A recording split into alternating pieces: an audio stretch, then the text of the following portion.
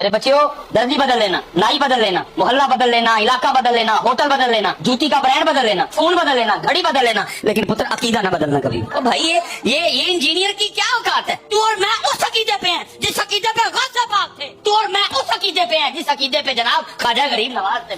اور یاد رکھنا میرے بچوں, سب سے پہلے جس نے کہا کہ بابا تشائی کو نہیں, وہ شیطان ہے. یا اللہ کیوں سجدہ کراں, بابا تشائی کوئی نہیں. سب سے پہلے جس نے کہا بابا تشائی کوئی نہیں, کون ہے؟ شیطان تو بعد دوسرے نمبر پہ جن نے کیا, کون ہے؟ جیل میں. اور کون ہے؟ جیل میں. انہوں نے کہا کہ پیارے بچوں, وہ جو بچے وہاں پہ بیٹھے تھے, انہوں نے کہا کہ اپنا درزی بدل لینا, نائی بدل لینا, گھڑی بدل لینا, برانڈ بدل لینا, لیکن کبھی بھی اپنا فرقہ نہ بدلنا. ویسے انہوں نے عقیدے کا لفظ استعمال کیا ہے, لیکن میں نے اسے فرقہ بولا کیونکہ ظاہر ہے کہ وہ عقیدہ اپنے اسی فرقے کو سمجھتے ہیں, باقی لوگوں کو تو بد عقیدہ سمجھتے ہیں. تو یہ انہوں نے پہلی نصیحت اس میں ارشاد فرمائی. اب میرا معصومانہ سوال ہے کہ اگر آپ کی آڈینس میں کوئی دیوبندی بیٹھا ہوا ہے, اہل حدیث بیٹھا ہوا ہے, کیا اس کے لیے بھی آپ کی یہ نصیحت ہے کہ اپنا عقیدہ نہ بدلنا؟ تو یہ کہیں گے نہیں, یہ تو بد عقیدہ ہے, اسے اپنا عقیدہ بدلنا چاہیے. یہی کہیں گے نا. اس کا مطلب ہے کہ آپ ایک فرقے کی دعوت دے رہے ہیں, اسلام کی دعوت نہیں دے رہے. اور معذرت کے ساتھ اسی طرح کے جذبات باقی علماء اور فرقوں کے بھی آپ کے بارے میں یہی ہیں کہ ان کے فرقے میں نہ جانا. ایک ہی بیماری ہے جو ہر طرف ہے. اب مجھے بتائیں, اگر کوئی شخص قادیانیوں کے گھر میں پیدا ہوا ہے, اس تک مصباحی صاحب کا یہ کلپ پہنچ گیا, ہاں, کہ اپنی گھڑی بدل لینا, برانڈ بدل لینا, نائی بدل لینا, درزی بدل لینا, عقیدہ نہ بدلنا, اور مصباحی صاحب وہ ختم نبوت سے متعلق اسی قسم کے کفری عقیدے پہ مر گیا, تو اس برائی کا وبال کس کے اوپر ہوگا؟ ان کے اوپر ہوگا. تو یہ کہیں گے نہیں, اس کو تو بدلنا چاہیے. تو بھائی آپ کو کیوں نہیں بدلنا چاہیے؟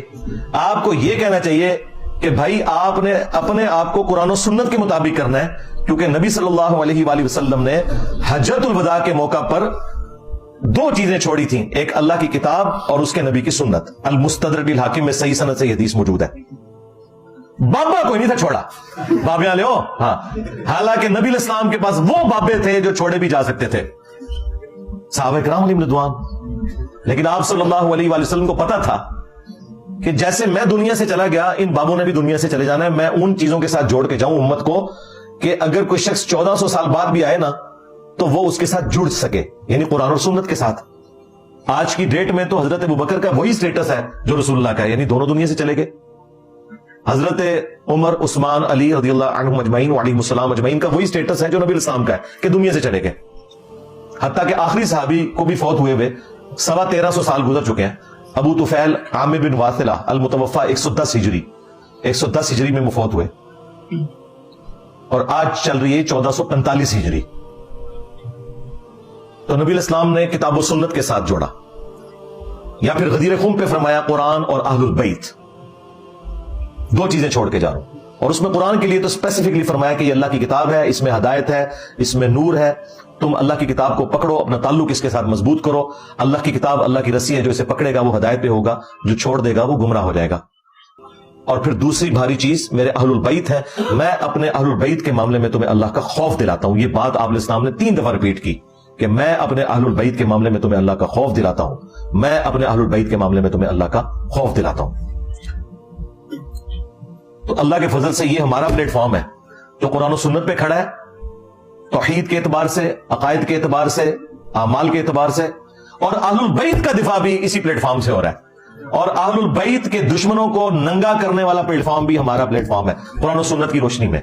تو ہم تو غدیر خم پہ کھڑے ہیں بھائی, ہم تو حجۃ الوداع پہ کھڑے ہیں, اور تم یہ کہہ رہے ہو کہ اپنا عقیدہ نہ بدلنا. بھائی تمہیں کہنا چاہیے کہ تمہیں اپنے آپ کو نبی الاسلام کے ساتھ جوڑنا ہے, نہ کہ یہ بابوں کے عقیدوں کے ساتھ جوڑنا ہے.